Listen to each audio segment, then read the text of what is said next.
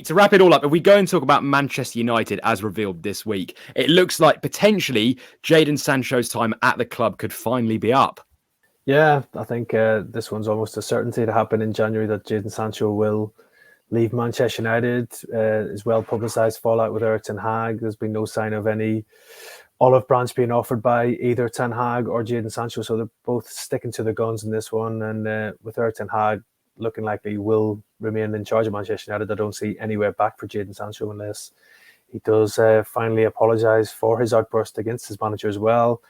There'll be no shortage of takers for Jadon Sancho. Juventus in Italy are interested in the England international, potentially on a loan deal.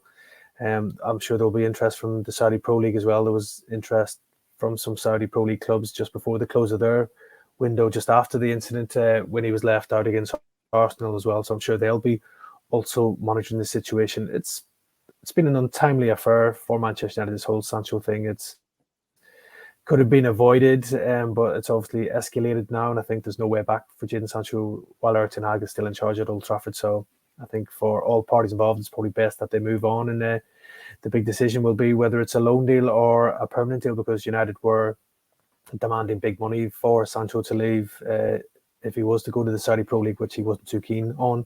So, yeah, maybe a loan deal could be the most feasible move here for Jadon Sancho. And for him himself, he just needs to get back to playing football before he does become a forgotten man himself, because he was in the mix for the England squad as well. But if the situation continues like it is at Old Trafford right now as well, he's not going to have any chance of making a late push for the Euros with England.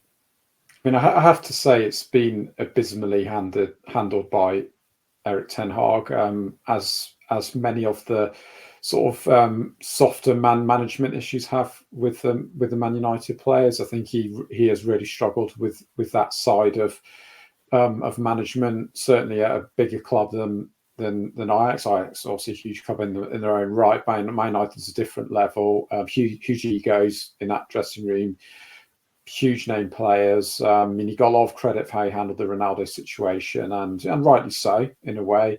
But Sancho's a very different type player, a young player who they spent more than 70 million on, and his value has halved as a result of the way he's been handled by the manager. And I think this sort of public spat, Instagram messages, and not apologising. Who's going to apologise first? I mean, it's embarrassing for Man United.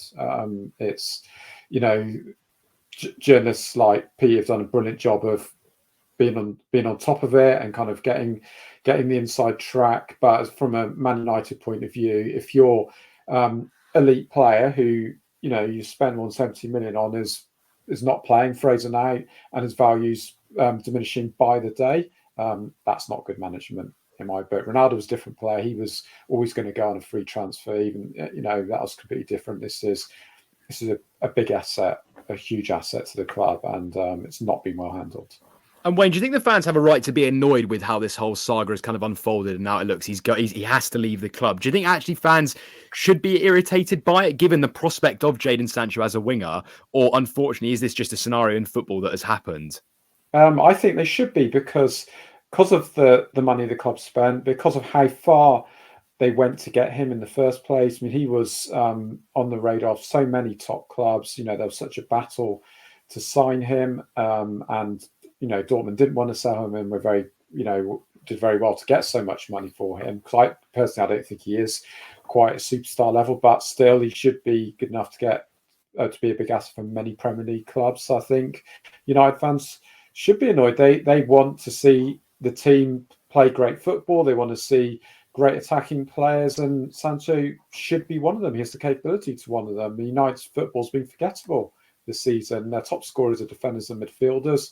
None of their forwards are scoring. None of their forwards are firing. Manager can't get the best out of them, and they're kind of just about getting over the line against the weaker teams. Only just.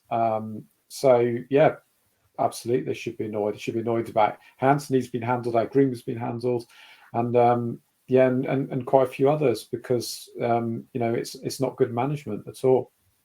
And Pete, to wrap it all up for us, can you potentially give us some names? If Jadon Sancho is to go, are United looking at any wingers or any forwards to potentially replace the England international? It's not a priority for Manchester United right now to to bring in that attacking player. They are looking maybe central midfield and defensively, maybe a fullback to bring in. I think they're Erik ten Hag's 2 top priorities. Things could change though if Sancho was to go. There was talk that Anthony could go as well, but I don't think Erik ten Hag would allow that to happen in the January transfer as well. Anthony Martial is also another player who's been talked about leaving Old Trafford, another player who's failed to live up to hype and expectations at Manchester United, quite like a number of their signings over recent years as well. So been a few expensive mistakes for Manchester United. Sancho's been another one for obviously various reasons due to his spat with Erik ten Hag as well. But I think for Manchester United, ideally, they would like to bring in a new striker because Rasmus Højlund, although he's done well in the Champions League, has yet to score in the Premier League as well. They really do need to add more goals to the side as well. Marcus Rashford's having a real confidence drop in front of goal as well. We're not seeing the best of Marcus Rashford, so it's putting a lot of extra pressure on the likes of Bruno Fernandes and others to pop up with goals as well. So I think United, I think it's an area that the team they'll probably look at in the summer to bring in maybe another marquee number 9 signing, somebody who can score their goals to sort of help them get back up there and challenge with the other top sides in the Premier League. You've just watched a segment from Football Insider's brand new podcast, The Inside Track, with me, Lewis Pearce, alongside the guests on the show. Thanks very much for tuning in. Please do give the video a like, comment your thoughts on the topic, and feel free to share on your social media pages. If you want to listen to the full podcast episode, click the link in the description below. Keep your eyes peeled for plenty more content and exclusives here on The Inside Track.